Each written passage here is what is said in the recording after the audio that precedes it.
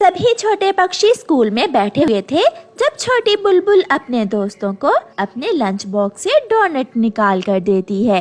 मेरी मम्मा ये बना सकती हैं। मेरी मम्मा बहुत अच्छे और स्वादिष्ट डोनट बनाती हैं। बुलबुली, क्या स्वादिष्ट है ये?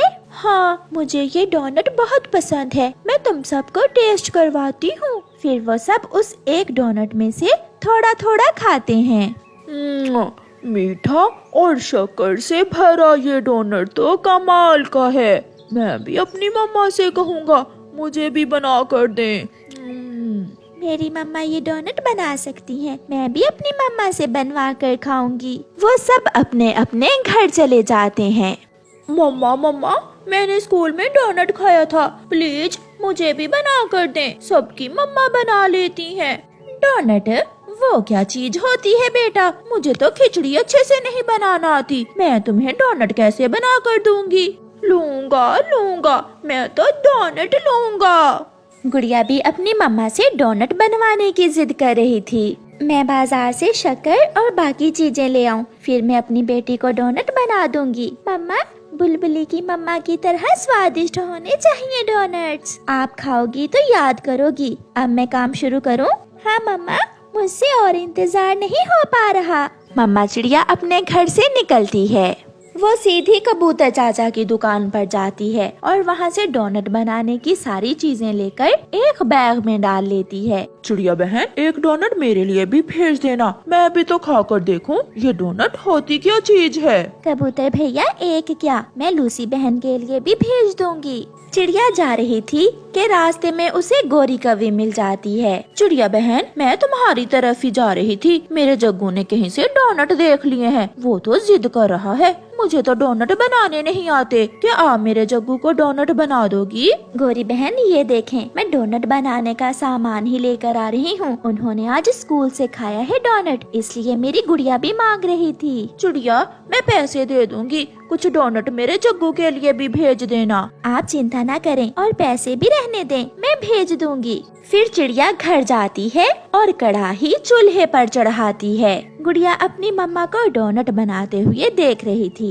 मम्मा चिड़िया कुछ ही देर में 3 डोनट तैयार कर लेती है। मम्मा, मैं एक डोनट खाकर चेक करती हूँ। हाँ, लो बेटी, खाकर बताओ कैसे बने हैं। गुड़िया एक डोनट थोड़ा सा खाती है। बहुत स्वादिष्ट मम्मा, ये तो बहुत स्वादिष्ट है। बाकी का आधा डोनट गुड़िया उठाकर नदी पर चली जाती है। जग्गू कौवा पीछे से आकर गुड़िया का डोनट छीन लेता है। ये मेरा है, ये मेरी मम्मा ने बनाया है। मैंने ये डोनट छीन लिया है, अब ये मेरा है। जग्गू कौवा गुड़िया से डोनट छीनकर भागता है। जल्दी में जग्गू एक पेड़ की डाल से टकराकर गिर जाता है। वो फिर से उठता है और भागता है। गुड़िया ये देखकर हंस रही थी। बेचारा लालची जग्गू एक डोनट की खातिर कैसे पेड़ों से टकरा रहा है। दूर जाकर जग्गू वो डोनट खा लेता है। थोड़ी चोट तो लगी, मगर मुझे डोनट तो मिल गया। गुड़िया भी घर जाती है। गुड़िया बेटी, देखें, मैंने आपके लिए ढेर सारे डोनट बना दिए हैं। कल स्कूल ले जाना और अपने दोस्तों को भी दे देना। मम्मा, मेरे दोस्त बहुत खुश होंगे। अच्छा बेटी, ये प्लेट ले जाओ और गौरी आंटी के घर दे आओ। ये डोनट मैंने गौरी कौवी और जग्गू के लिए बनाए हैं। गुड़िया वो भरी हुई प्लेट लेकर गौरी आंटी के घर जाती है। जग्गू अपनी मम्मा के पास बैठा हुआ था। गुड़िया को देखकर जग्गू डर जाता है। वो समझता है कि गुड़िया उसकी मम्मा से शिकायत लगाने आई है। आंटी, ये ले, ये डोनट मम्मा ने भेजे हैं आपके लिए और जग्गू के लिए। ये सुनकर जग्गू बहुत शर्मिंदा होता है, क्योंकि अभी अभी तो वो गुड़िया से उसका डोनट छीन कर खा कर आया था। गुड़िया, सॉरी बहन, आपने हमारा इतना ख्याल किया। अब इतने सारे डोनट देखकर फिर से पेड़ों से न टकराने लग जाना, चोट भी लग सकती है। फिर गुड़िया और जग्गू हंसने लग जाते हैं और जग्गू अपनी मम्मा को सारी बात बताता है। मम्मा, मुझे अपनी गलती का एहसास हो गया है। आज के बाद मैं फिर कभी किसी से चीज नहीं छीनूंगा, बल्कि मिल बांट कर खाऊंगा। प्यारे दोस्तों, इस कहानी को लाइक और चैनल चैनल को सब्सक्राइब करना बिल्कुल मत भूलना। आपका धन्यवाद। दिसंबर की छुट्टियों में चिड़िया का बेटा कुकू अपने घर में बैठा बोर हो रहा था। मम्मा, मैं बहुत बोर हो रहा हूँ। मम्मा, मैं क्या करूँ? जाओ बेटा, थोड़ी देर अपने दोस्तों से खेलाओ, थोड़ा घूम फिर आओ। मम्मा, कई दिनों से धूप नहीं देखी। मैं अपने दोस्तों के साथ धूप देखने जा रहा हूँ। जाओ बेटा, मगर याद रखना शाम होने से पहले पहले घर लौट कर आना है। फिर कुकू अपने घर से निकलता है। यार कुकू, मैं घर में बहुत बोर हो रहा था।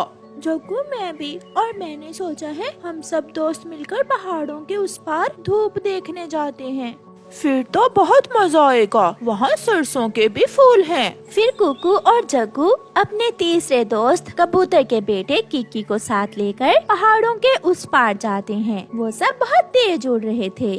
थोड़ी ही देर में वो सब पहाड़ों की दूसरी तरफ पहुंच जाते हैं। वहाँ का तो नजारा कुछ और ही था।